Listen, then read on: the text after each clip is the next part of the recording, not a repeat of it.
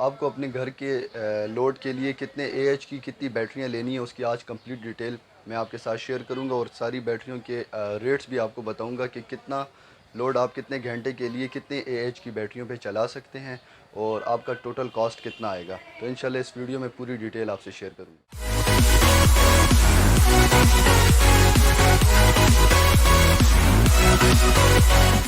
तो सबसे पहले जो हमारे पास नॉर्मल लीड एसिड बैटरीज़ हैं उनकी कैलकुलेशन मैं आपको करके बताता हूँ। ये फार्मूला मैं कंप्लीट आपसे शेयर करूँगा। आपका जितना भी लोड हो और जितने घंटे का आप बैकअप चाहते हैं फिर आप ये सारी कैलकुलेशन खुद कर सकते हैं। तो सबसे पहले मिसाल के तौर पे मैं लेता हूँ कि घर है ना, उसका लोड जो है वो तकरीबन 500 वाट है, ठीक है। और वो चाहता है कि यार मैं 4 घंटे तक इसको चलाना चाहता हूँ, सही है, मुझे 4 घंटे बैकअप चाहिए। तो आपने 500 को 4 से मल्टीप्लाई करना है तो तकरीबन ये 2000 वाट बन जाएगा, ठीक है। फिर आपके पास जो इन्वर्टर यूपीएस का लगा हुआ है या सोलर का जो इन्वर्टर लगा हुआ है वो 12 वोल्ट है, तो 12 वोल्ट पे आपने इसको डिवाइड कर देना है, ठीक है। वो तो 166 तकरीबन आ जाएगा। फिर आपने इसको जो हमारे पास नॉर्मल लीड एसिड बैटरीज़ हैं इनका हम लोग 50% DOD लेते हैं, डेप्थ ऑफ डिस्चार्ज इसका 50% लेते हैं। जब आप इसका 50% डिस्चार्ज लेंगे तो इन बैटरीज़ की जो लाइफ साइकिल्स हैं वो काफ़ी ज़्यादा अच्छे होते हैं। तो मैं इसको 0.5 पे डिवाइड करता हूँ, ठीक है। तो ये तकरीबन 333 बन जाता है, ठीक। फिर हम इसको 0.9 पे इसलिए डिवाइड करते हैं क्योंकि इनके अंदर वायर लॉसेज, इसके टर्मिनल के ऊपर जो कार्बन जमा हो जाता है या और किस्म की जितनी भी लॉसेज हैं वो भी इसमें कवर अप हो जाते हैं।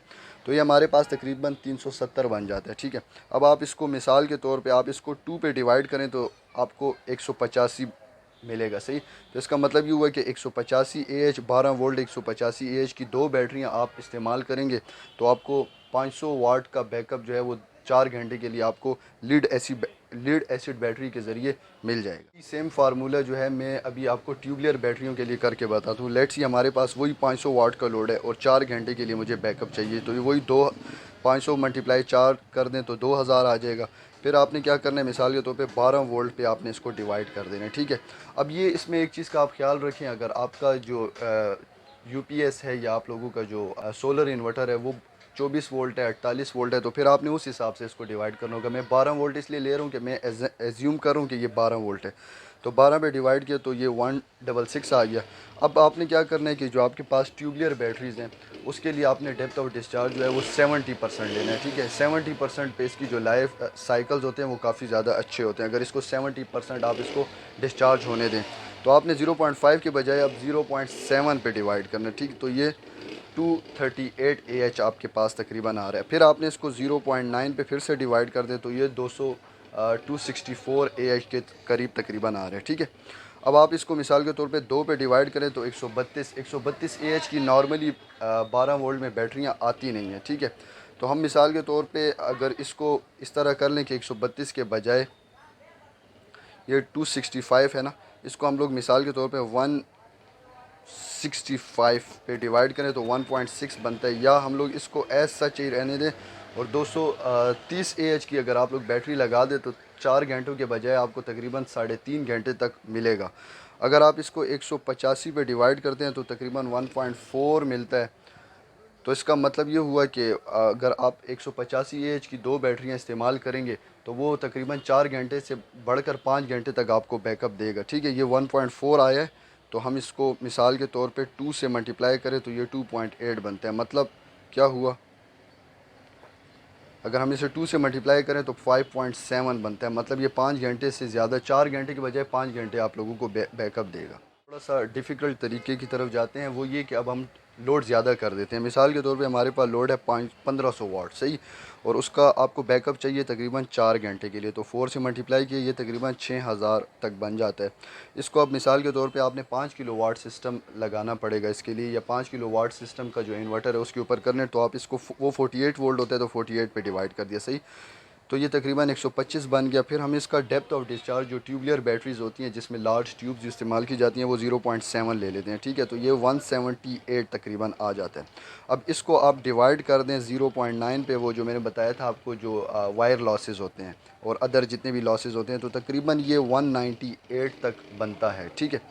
अब 198 हमारे पास 198 AH की कोई भी बैटरी या 200 AH की कोई बैटरी नहीं आती, तो हम वही 220 और 230 AH की 4 बैटरियाँ, क्योंकि ये 48 वोल्ट है तो 12 वोल्ट की आप 4 इस्तेमाल करेंगे, सीरीज़ में लगाएंगे तो ये 48 वोल्ट बन जाएगा।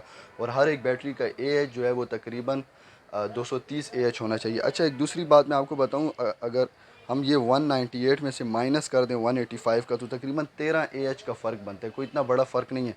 तो आप 185 AH की भी 4 बैटरियाँ इस्तेमाल करेंगे तो तकरीबन आपका ये लोड जो है वो मीट कर जाएगा, और 1500 वाट का लोड जो है ये तकरीबन 4 घंटे तक आप लोगों का आराम से इन बैटरीज़ के ऊपर without suffering their life cycle ये ज़बरदस्त तरीके से उठाएगा, और बैटरीज जो हैं वो 3 से 4 साल तक आराम से चलेंगी, कोई डिफ़िकल्टीज़ में नहीं हो। आपको लिथियम आयन बैटरी की कैलकुलेशन करके बताता हूँ, जिसका डेप्थ ऑफ डिस्चार्ज जो है वो तकरीबन 90% है, और कुछ कंपनीज अब अलाउ कर रही हैं कि आप 100% तक भी इसका डेप्थ ऑफ डिस्चार्ज दे सकते हैं, इसकी लाइफ के ऊपर कोई नेगेटिव इम्पैक्ट नहीं पड़ता। तो चलिए देखते हैं। तकरीबन आप मिसाल के तौर पर ले लें 1500 वाट आपका लोड है, और 4 घंटे का आपको बैकअप चाहिए, तो मल्टीप्लाई 4 करें तो कीमत 6000 बन गया। ठीक है, इसको आपने अब 48 पे डिवाइड करना है तो तकरीबन 125 तक बन जाता है ये, और फिर इसको 0.9 पे आप डिवाइड कर दें, क्योंकि डेप्थ ऑफ डिस्चार्ज इसका क्या है तकरीबन 90% है।